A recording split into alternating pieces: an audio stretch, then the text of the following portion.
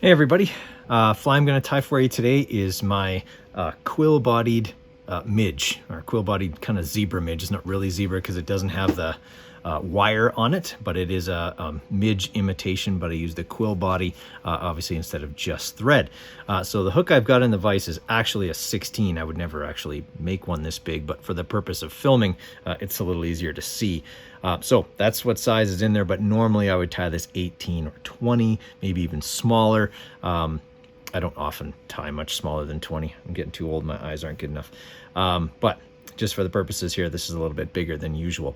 I've got a glass bead, and it's just in peacock. I'll also use olive sometimes, depending on my mood and what I pick out of the box. And then I've got olive thread that I'll be using today as well. So we'll just get started here, get a thread base established, and make sure that that bead can't move. And then just coat the hook with olive thread, making sure we don't miss any, which helps when we're laying down the quill. Okay, so now that we got our thread base down, snip that off, and we're going to tie in the tails. So you want something small and flashy for the tails. I'm actually using like Flashabou in pink. I also use this stuff on streamers, but obviously a lot more of it. So today it's going to be a tail material for my midge. Okay, so there's one side in, and these tails need to be fairly short.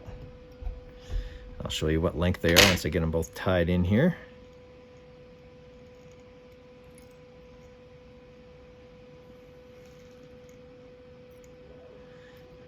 Okay.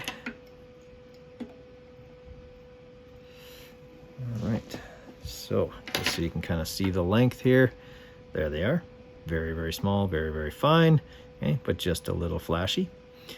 And then we're gonna work our way back to where we tied those in at, because now we're gonna tie in our quill.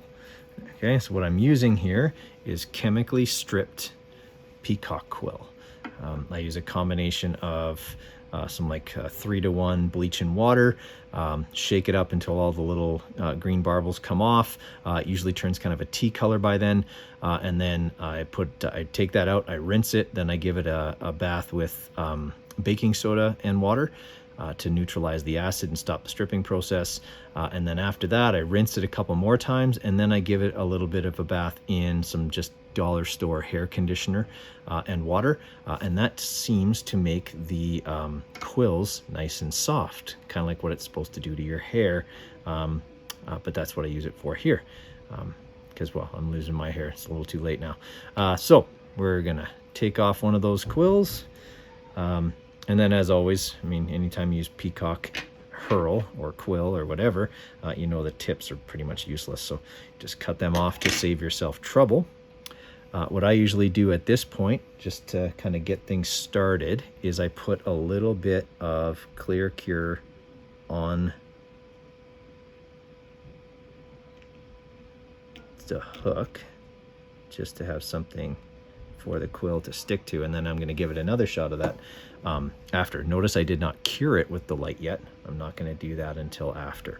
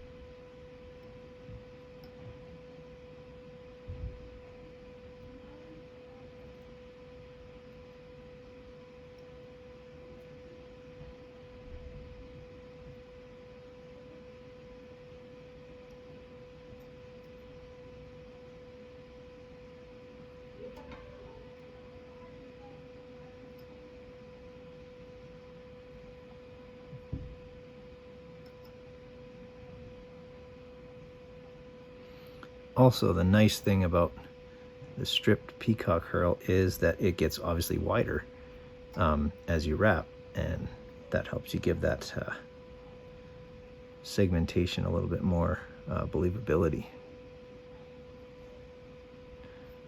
Now I'm actually to the point where I'm going to be covering these wraps up with thread here momentarily, and peacock herl. So I'm not actually going to see these ones that are kind of not. Sorry, I know I got my finger in the way, but I got to hold that quill down so it doesn't get away and unravel all the way back, which I definitely don't want it to do. Okay, so now cut that off. I'm going to alter the angle of my hook slightly here, and I'm going to give these their second shot now of Loon UV Clear Cure, which makes the quills, I find, stand out, kind of jump.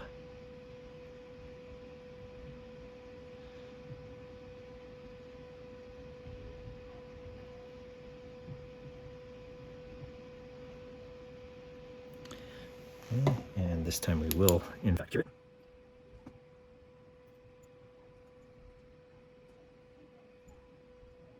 All right, I'm going to switch back to my other glasses now.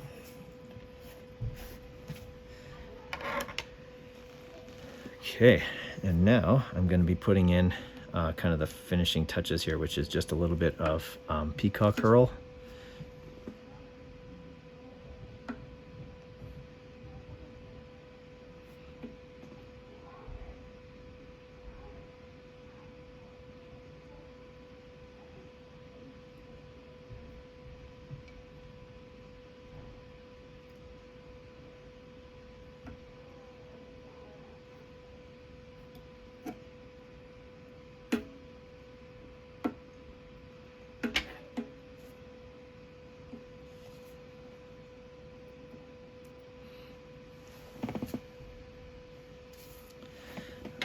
Okay, got that on there, and then I often put just a tuft of this stuff on at the end.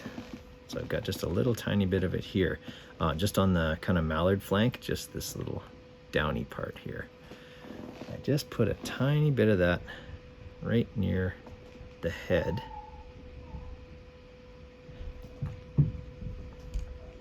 Just to be a little bit different.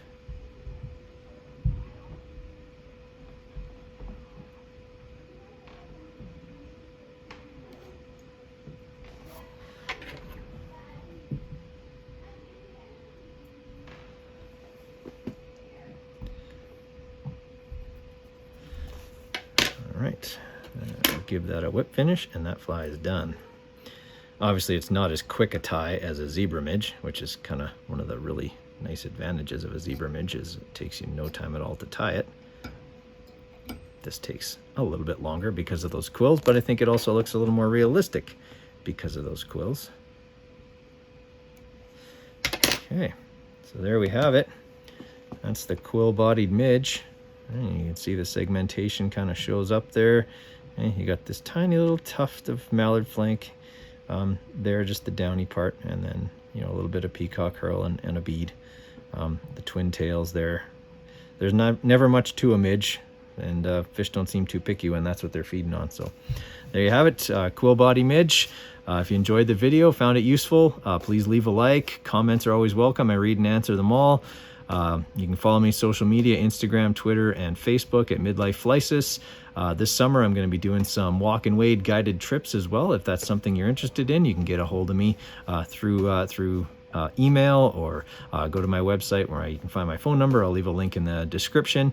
If that's something you're interested in, that'd be great. Love to talk to you and arrange something. Hope you all have a great day. Tight lines.